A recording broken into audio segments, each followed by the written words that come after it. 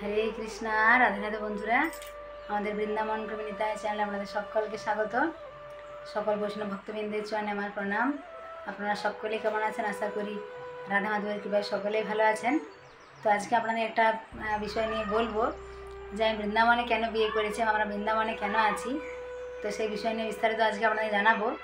হ্যাঁ, তার আগে যারা বন্ধুরা আমাদের চ্যানেল নতুন, তারা অবশ্যই আমাদের চ্যানেলটিকে সাবস্ক্রাইব করে পাশের বেল আইকনটা প্রেস করে দেবেন এরকম সুন্দর সুন্দর ভিডিও দেখার জন্য। আর যারা আমাদের বৃন্দাবনে আসতে চান তারা আমাদের সাথে যোগাযোগ করুন। আমাদের এখানে থাকা এবং 3 টাইম কৃষ্ণ প্রসাদের ব্যবস্থাও রয়েছে। আর বৃন্দাবনের সমস্ত মন্দিরগুলো সুন্দর করে দর্শন করানো হবে। হরি বল। তো বন্ধুরা দেখুন, আমার বাড়ি রয়েছে কোথাও ওয়েস্ট বেঙ্গলে। আপনারা অনেকেই হয়তো জানেন আর অনেকেই জানেন না। ওয়েস্ট বেঙ্গলে পশ্চিমবঙ্গে বাঁকুড়া জেলায় আমার বাড়ি রয়েছে। সেখানে আমার মা দাদা থাকে। তো আমরা একবার গিয়েছিলাম বাপের বাড়ি কিছুদিন আগে। তো আপনাদেরকে সেখানে কিছু ভিডিও দেখিয়েছিলাম। সেখানেও অনেক সুন্দর সুন্দর মন্দির রয়েছে। তো বৃন্দাবনে কেন দেখুন হঠাৎ করে বিয়ে হলো আমার, কারণ দেখুন বৃন্দাবন অনেকের একটা স্বপ্ন থাকে ছোটোবেলা থেকে যে বৃন্দাবন যাব। তো আপনাদেরকে দেখিয়েছিলাম একবার আমরা যে ওয়েস্ট বেঙ্গলে বাঁকুড়া জেলায় আমার বাড়ি, সেখানে কত মন্দির আপনাদেরকে দেখিয়েছিলাম। তো আপনারা হয়তো অনেকে আমার নাম জানেন। আমার নাম হলো শুক্লা দে। অনেকেই জানেন, অনেকেই জানেন না। আর আমার প্রভুর নাম হলো পূর্ণব্রহ্ম নিতাই দাস। তো দেখুন বন্ধুরা, আসলে কি হয় দেখুন, জন্ম মৃত্যু হয়তো ভগবানের, ভগবান ঠিক করে রাখে কার কোথায় বিয়ে হবে। তো আমাদের আমি তো ছোটোবেলা থেকে পড়াশোনা করেছি, পড়াশোনায় ভালোই ছিলাম, কিন্তু আমার গ্র্যাজুয়েশন, MA বাংলাতে, MA বিএড সব কিছুই করা হয়েছিল। আমি চাকরির জন্য প্রিপারেশান নিয়েছিলাম যে আমরা প্রথম থেকে ইচ্ছা ছিল যে হয়তো ওয়েস্ট বেঙ্গলের মধ্যে বিয়ে করব।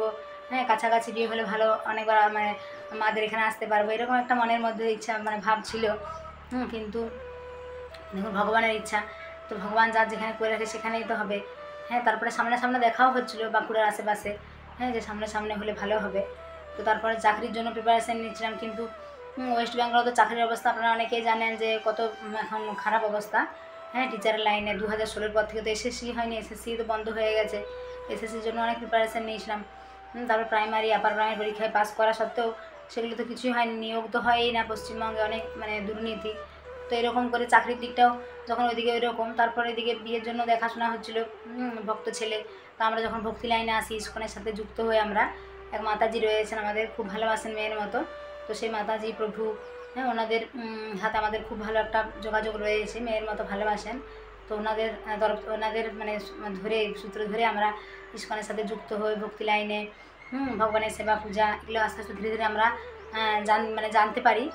ওনাদের থেকে আমরা অনেক জানতে পারি। তো যেটুকু ভগবানের সেবা পূজা করা হয় বাড়িতে, ভগবানকে ভোগ লাগে, প্রসাদ পাওয়া, ভগবানের সেবা পূজার সঙ্গে যুক্ত এই যে ব্যাপারগুলো জপ করা, এগুলো আমরা ধীরে ধীরে জানতে পারি, এগুলো করি, এগুলোর সাথে যুক্ত থাকি। তারপরে যখন চারিদিকে ভক্ত ছেলে দেখা হচ্ছিলো, ভাবলাম যে কাছে হলে ভালো হবে।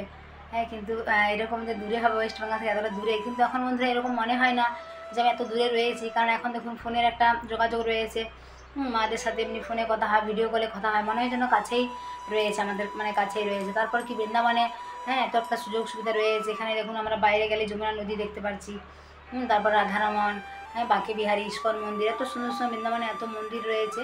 যখন আমরা যাই দর্শনে তখন ভুলেই যাই যে আমরা ভগবানের এত সুন্দর রূপ, ভগবানের রূপ দর্শন করে আমরা সব কিছু ভুলেই যাই। তো তারপর দেখুন, তো যখন কাছাকাছি দেখা হচ্ছিলো, কাছাকাছি, কিন্তু ভগবান তো ঠিক করে রাখে কার কোথায় বিয়ে হবে, কে কোথায় থাকবে, আমরা তো জানি না, তাই না? যে কারো দূরে হবে না কারো কাছে হবে, এরকম অনেকের মনের মধ্যে ইচ্ছা থাকে।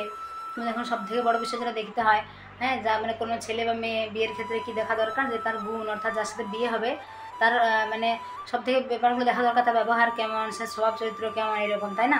অনেক টাকা পয়সা থাকলে যে মানুষ সুখী হয় জীবনে, তা কিন্তু নয়। মেন হচ্ছে মানুষের ব্যবহার। দেখুন অনেকে থাকে অনেক টাকা পয়সা রয়েছে, কিন্তু নানা রকম দুঃখ কষ্ট, অশান্তি। এখনকার অনেক ছেলেরা দেখবেন কেমন একটা হয়, যদি কেউ নেশাগ্রস্ত হয় বা খাবার দাবারের যদি ঠিকমতো না থাকে, যদি ভক্ত লাইনের মেয়ে হয়, তাহলে কিন্তু সেই ভক্ত ছেলের সাথেই হলে কিন্তু ভালো, না হলে প্রসাদভোজী না হলে একটা সমস্যা থাকে। তো এরকম আমার মনে হতো যে আমার যেখানে বিয়ে হবে যেন সে জব করে, একাদশী করে, এরকম। তো ভগবানের আমার লীলা, প্রভু তো আগের থেকেই দীক্ষা হয়ে গেছে, হরিনাম দীক্ষা, ব্রাহ্মণ দীক্ষা হয়ে গেছে আমাদের মায়াপুর থেকেই। তো মায়াপুরে প্রভু মারফতেই আমাদের এই সম্বন্ধে যোগাযোগ হয়। তারপর আমার মায়াপুরে রাধা মাধবের আশীর্বাদ, নৃসিংহদেব সকলের কৃপাতে তো আমার বিয়ে হয়ে যায়। তো প্রভু অনেক ছোটোবেলা থেকে বৃন্দাবনে থাকতেন। এখানে যে ইস্কন রয়েছে, কৃষ্ণ বলরাম মন্দির, সেখানে সেবা করতেন। তো তারপর উনি প্রভু করতেন সেবা কানপুরে। আমরা অনেক ভিডিও আপনাদের দেখিয়েছিলাম বিয়ের পরে আমার প্রায় 1 বছর 3 মাস হলো বিয়ে হয়েছে। তো আমরা বিয়ের পরে ছিলাম কোথায়, কানপুরে ছিলাম 3 মাস। তারপর প্রভু এই যে বৃন্দাবনে যে আমরা এখন যেখানে আছি, হ্যাঁ, রাধারানীর কৃপাতে, এরা একদম রয়েছে আপনার কেসিঘাটের কাছেই। তো এখানে প্রভু জায়গা নিয়েছিলেন, জমি কিনেছিলেন, মোটামুটি হয়ে গেল 3-4 বছর আগে। তো তারপর আমরা আগের বছর 2024 সালে এখানে আসি, প্রায় 1 বছর হয়ে গেল আমাদের বৃন্দাবনে আসা। হ্যাঁ, তারপর রাধারানীর কৃপায় বাড়ি শুরু হয়। বললো যে জায়গাটা যেহেতু আছে তাহলে বাড়ি করে নেওয়া ভালো। তো বাড়ি শুরু হয়। তারপর মোটামুটি ডিসেম্বর মানে অঘ্রাণ মাসে গৃহপ্রবেশ হয়ে যায় আমাদের।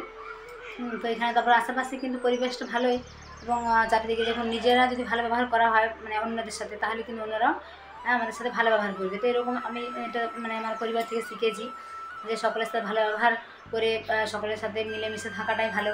হ্যাঁ, তারপরে রয়েছে আমার মায়ের আশীর্বাদ, আমার দাদা দিদি সবাইকার আশীর্বাদ রয়েছে, এবং সেই মাতাজি যে আমাদের যিনি আমাদের পথপ্রদর্শক বলা যেতে পারে, সেই মাতাজি প্রভু ওনাদের সবার আশীর্বাদেই আজকে বৃন্দাবনে রয়েছি। কত ভালো। আর এখানে তাহলে কী করছি আমরা, আপনারা বলবেন আমরা তাহলে এখানে কী করি। আমরা এখানে দেখুন, এখন যেহেতু আমরা ভাবলাম যে ইউটিউব করি, এখানে ইউটিউবে যদি ভগবানের বিভিন্ন মন্দিরগুলো ভক্তদের দর্শন করাতে পারি তাহলে একটা ভালো। তারপরে একাদশী মাহাত্ম্য এইসব জিনিসগুলো যদি আমরা ভক্তদিকে মানে মানুষকে বলতে পারি তাহলে একটা ভালো। তার জন্য আমি এগুলো করি।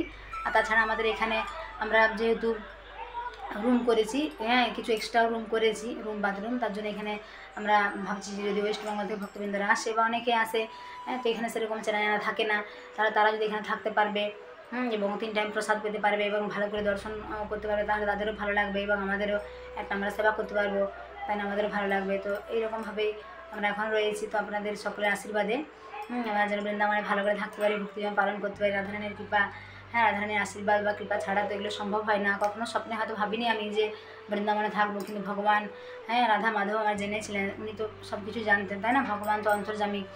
তো রাধারানী এই কৃপাতে এই বৃন্দাবনে বাস হয়েছে। তো এখন আমরা ভালোই আছি বৃন্দাবনে। তো আপনারা সকলে বৃন্দাবনে আসবেন, যারা বৃন্দাবনে অনেকের আমি দেখেছি যে বৃন্দাবনে আসার অনেক ইচ্ছা, হ্যাঁ, একবারও হয়তো জীবনে আসেননি, অনেকে 70-80 বছর বেঁচেও জীবনে একবারও আসতে পারেন না, অনেক আফসোস করেন। তো এত বয়সে নয়, আপনারা যদি কিছু আগে আসেন, দেখুন ভক্তি জীবন বলছে ছোটোবেলা থেকে শুরু করাই ভালো, তেমনি যদি আপনারা ভগবানের মন্দিরেও, হ্যাঁ, দর্শন করেন তাহলে দেখবেন আপনাদের মনটাও কত ভালো লাগবে। যারা দর্শন করেছেন তারা হয়তো জানে না, যারা আসেননি তারা একটিবার হলেও বৃন্দাবনে আসবেন, দেখবেন কত ভালো অনুভূতি হবে, এত সুন্দর ভগবানের মন্দির। তো সবাই ভালো থাকবেন, সুস্থ থাকবেন। আর যারা আমাদের চ্যানেল নতুন, অবশ্যই আমাদের চ্যানেলটিকে সাবস্ক্রাইব করে পাশের বেল আইকনটা প্রেস করে দেবেন। সকলে প্রেম সে বলুন রাধে রাধে, বৃন্দাবন ধাম কি জয়, হরি বল।